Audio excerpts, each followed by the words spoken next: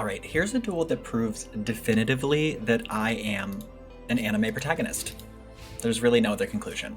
We get hit with every difficult card in this matchup, and yet, spoiler alert, we prevail. So our opponent is playing Hero. This is the Attribute 4 event after all. So they're doing some elemental hero things which we haven't seen, which maybe had us get our guard down. We're like, oh, whatever, this will be easy. We've got a lot of good cards in our hand. So I did what I thought was the right play. You know, fishing for Ash. They had it. And Maxx. Annoying, but not the end of the world. Just gonna go ahead and kaiju that so we can get out some things. We brought out Zeroa first so that we could get out an Ari Fire. And in doing that, we opened ourselves up to Super Poly. Scary. So now we have to do Hat Trick or Pass. Which, if they kill that, we get something out of our deck. But they Mask Change, which makes things a little bit harder for us. Because with Blast, they can return our Unpossessed to hand. So we're in a very bad place, but what if I told you we were going to win next turn? Watch. Be amazed. Zeroa is kind of a sick draw. Probably the best thing we could have drawn. Another Maxx. Okay, they activate that now. I don't know why. If they declared fire, they might have won, but they didn't. We get out Win. Get to search off of our big familiar. Activate Awakening. Now, how are we going to win after this, you might ask? Well, we have a fire monster on the field. And that's all we need.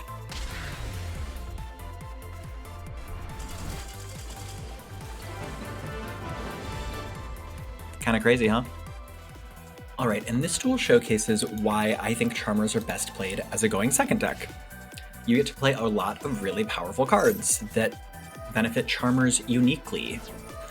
And I'll show you why. So they're doing Vernisil things. It's sort of an earth pile. They dump Pankratops and leave it in the graveyard for reasons unknown. Oh, just kidding, they brought it back.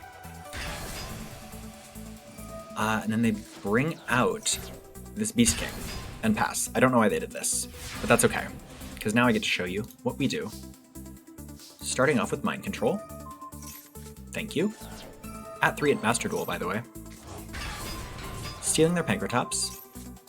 Note here that Mind Control says that we cannot attack with the monster that we took, but what we do is we just reborn it with our Charmers. So no big deal. Get out our familiars, get out our big familiar, get out another big familiar. Get to Search Awakening, which will boost all of our monsters' attack. And now we'll bring back that monster we stole earlier, and now it can attack. And in Charmers, we get to do a thing that is very mean, which is we beat our opponent to death with their own monsters. Charming, don't you think? Alright, in this duel, our opponent did not give us any monsters to work with, even though we went second.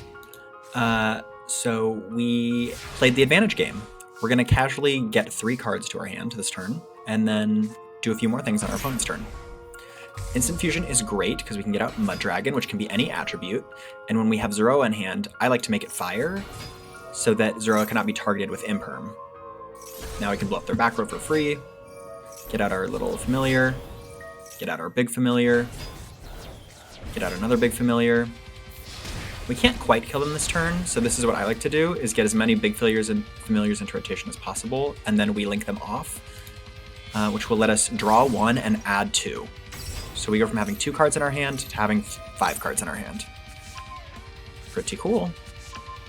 And now we're playing a little bit of a Towers game, because this cannot be destroyed by card effects or by battle now. And we have a non-targeting Pop and Revive. They do Raigeki, can't be destroyed by card effects thanks to Awakening.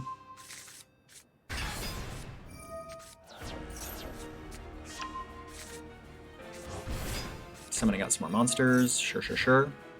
They go to attack her. We flip this so it can't be destroyed by battle. We think they're going to pop it, but instead they try again to pop her. And here's what you can do in the end phase. If you have not used partnerships yet, and you have a little guy in the grave, I would recommend doing this, because watch what we're going to do. You use partnerships, get out another attribute, pop something. Now, we pop our own card with this, which triggers Unpossessed, which lets us summon from deck, which lets us draw. Pretty grindy, pretty resourceful, and now we're back with 5 cards in our hand. Isn't that awesome? Now we're doing the same thing that we like to do, which is use our opponent's monsters to destroy them. We saw they were playing some of the Charmers and Channelers, so we decided to take them. Which is maybe a little bit of bullying, but what can you do? Success! Alright, and this duel is a slugfest versus Madolche, showing that sometimes one well-placed interruption is all you need to win. So it's Vernisylph Madolche. They are going to start off very strong and getting to their Angeli, which is their 1-card combo. Very scary. Thankfully, we do have some very good cards in our hand. We don't love to see possessed partnerships, but if we do get it, it means we don't have to search it. They've got lots of things to do.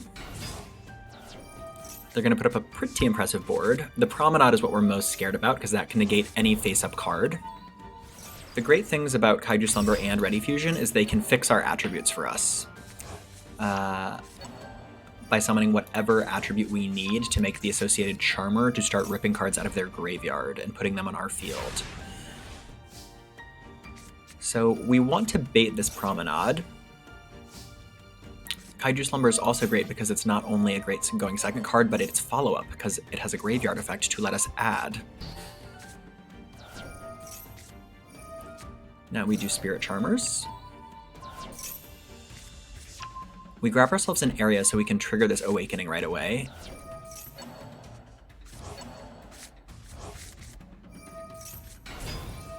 And because we need a Spellcaster to get this Archfiend out. We Ready Fusion. We had plans to get out the big Rasenryu. That does get foiled here. Can't be destroyed by battle, unfortunately.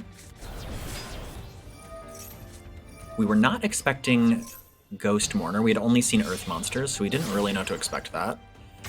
We do get burned for 2,000 here, which is a bummer, but we get to add a Partnerships. And also gets to bring back their biggest monster from the graveyard. I could have set this Spirit Charmers, which might have been wise, but I wasn't positive I would get another card in my hand, so I did not. So our only real form of interaction here is Partnerships, so we're saving it for just the right moment. And that turns out to be when they bring out this Tiramisu. Otherwise, they're going to non-targeting shuffle 2 cards on the field into the deck, and we cannot have that. And then, surprisingly, they seem to run out of gas and cannot beat over anything on our field because of Awakening. Here's where we use our Archfiend to pop a card, triggering Unpossessed, getting us a Zeroa for follow-up. And we have a lot of things we can do this turn. We start up with Kaijuing, so that we can pop their back road and force Promenade. They negate the Asa, but that's okay because we have a second one. We use Kaiju Slumber to grab another Kaiju. We make another Earth Big Familiar. Now we make our Wind Big Familiar, which is great when we're playing Kaijus, because guess what we can do? Put the Kaiju back in our hand, and then just tribute over the monster they just made unaffected. Get ourselves another Partnerships. Normal summon this Asa to draw a card. Make a new Link Asa. Bring out this Dogoran, which is a different attribute. Summon back their monster, and now we are quite beefy with double Awakening on the field.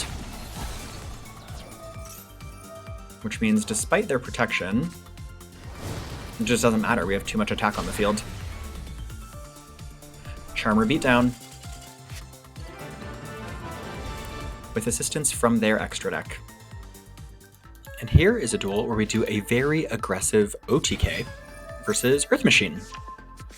Again, really killer hand. Only thing we're missing is an Earth Monster, but Ready Fusion can fix that for us.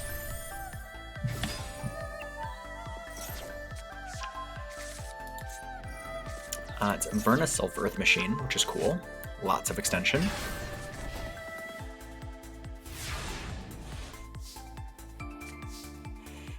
We draw another extender, very cool.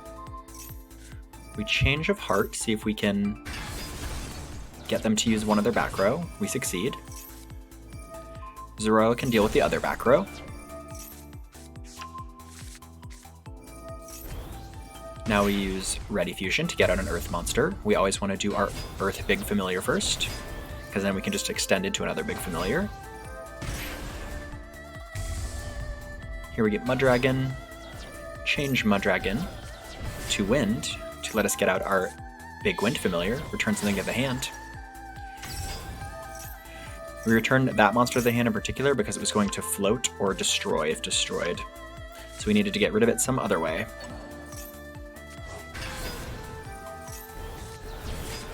Now we can Inari Fire to burn them. Use Monster Reborn to get back another attribute, which boosts all of our monsters.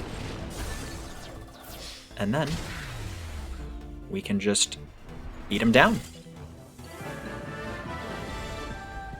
Charmer Special.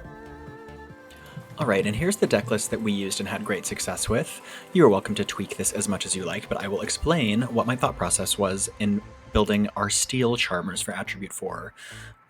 We wanted to steal our opponent's monsters and link them off to make our Charmers, and then revive their monster that we stole. Felt pretty good. So let's start. I only had 2 of the familiar possessed monsters in our deck, and usually we didn't want to see them unless we were grabbing them off of Spirit Charmers to normal summon when we already had access to Awakening and wanted to draw, or if we're bringing something out of the deck with Unpossessed and wanted to draw on our opponent's turn with Awakening of the Possessed. And it's nice to have other attributes that we might not have, so Hida could have even been our win-to-1 win. But we have each of these. I ran 2 Inari Fire and 2 Nefarious Archfiend. Fire and Earth was what I was focusing on mostly in this, giving our opponents Kaijus and then burning them with big Inari Fire. And you usually always want at least one of these so that you can extend your combos. You'll want to start by bringing this one out and then reviving a spellcaster, and then if you have Inari Fire, you'll then use this. Link them both off, grab a couple cards. It feels great. Performage Hat Tricker really overperformed. Being both a spellcaster and an Earth meant it could be either half of Big Nefarious Archfiend, which is pretty great. I ended up running just 1 Ida. She wasn't super great as a normal summon because these require the monsters that they send to be face up. It's not really a tribute, so you can't use whatever you set face down with Ida to bring out any of your big familiars. I wish you could. Zoro was an awesome normal summon. You could often bait back row by equipping Ninaruru and then summoning a level 4 spellcaster from hand or graveyard if you had one. Pretty awesome. He's a tuner, which we didn't really use in this build much, but we did use him to bring out Inari Fire pretty often, and as the spellcaster half of our other familiars. Ran 1 each of these big familiars. I ended up cutting the water one because it wasn't quite as aggressive, and we were doing a going second build where we wanted to return our opponent's cards to hand, to burn them, usually the kaijus we gave them, and then to extend our plays to get more damage on field. For the kaijus, it was the Attribute 4 event, so we ran Earth, Fire, Water, Wind, and we would grab those often with Interrupted Kaiju Slumber by summoning them out from the deck with Kaiju Slumber's first effect, or adding them to hand the next turn with Slumber's second graveyard effect. By choosing what attribute we put on our field, we could get out the associated Charmer and steal a really good card from our opponent's graveyard. In terms of steal cards, we had 3 Mind Control, because that's at 3 on Master Duel for some reason. Monster Reborn, which is kind of like a steal card, because we can steal whatever attribute we need from our opponent's graveyard, use its effect potentially, link it off for the Charmer of the associated attribute, and then revive it again. Pretty cool. We didn't have 2 Change of Heart, because I think it was just at 1 then, but we did have 1 Change of Heart and 1 Instant Fusion. Instant Fusion is awesome along with Ready Fusion and these vanilla targets, because it lets you get whatever attribute you need, level 4 or lower, to bring out the big familiars from your deck. 1 Pot of Prosperity for consistency, but at 1, is it really doing anything for us? Maybe not. It also conflicts with Awakening, because Awakening wants you to be drawing, and this does not let you draw. So if you draw into Prosperity, we'll feel bad. In terms of the Charmer spells and traps, I thought 2 Awakening was really good. It let us OTK sometimes. I also had a Royal Rare one, pretty snazzy. 3 Spirit Charmers seems correct. It lets you grab whatever you need. 3 Possessed Partnerships because that is your grind and your interruption. And then I cut down Unpossessed just to 1 because unless it gets banished, you can always get it back with Possessed Partnerships' second graveyard effect. So we have our Vanilla Fusions. We have Muddragon of the Swamp, which is itself water and can be any other attribute. Often we would make it fire before normal summoning Zoroa so that Zoroa could not be targeted. Very fun. We had some random rank 4s because we had space. Baguska is actually not horrible in our deck because we can just make a bunch of Link 2s who cannot be switched to defense position and can still attack. Very cool. Tugaris was sometimes useful for getting back an attribute that we needed from the graveyard. Nifty. Ninururu, as mentioned, to equip to Zoroa. Can be nice to have 2 for later in the game. And all of our Charmers are good for a few reasons. 1, obviously they steal our opponent's monster. 2, they float. So Hida floats into Zoroa or Inari Fire. Pretty cool. I don't think any of them can float into Kaijus. I guess Hida can float into Dogoran. That's cool. We never did that, but we could have. Win, I don't think floats into... I guess it can float into our Big Awakening, but they're better off in our deck. Asa can float into Ida or Familiars. Not Humongous, sadly. And then Area, I think, can only float into this. Yeah. We had Appaloosa. We never made it. I just put it in here because it was shiny. The last thing I will say about this list is that it is for going second. Very good for that. And the way that I think is correct to think about your big familiars is that they're actually Link 2 monsters that just live in your deck. What do I mean by that? Well, they require 2 monsters to come out, and then they do something upon summon, and then they float when you get rid of them. So I started thinking about them as Link 2 monsters because they're often how we start and extend our plays. And from there, I built the deck around how do we get these out most consistently. Because by getting access to Awakening of the Possessed, Partnerships, and Unpossessed, we usually put ourselves in a position where we could not lose because all of our Link 2s could not be destroyed by battle and could not be destroyed by card effects. And could provide advantage every turn by reviving our opponent's stuff. With that, thank you for watching my little compilation of our Attribute 4 Adventure with Charmers. Hope you liked it. Please like, comment, and subscribe if you did. And otherwise, let me know in the comments what you'd like me to play next time. Catch you all soon. Bye-bye.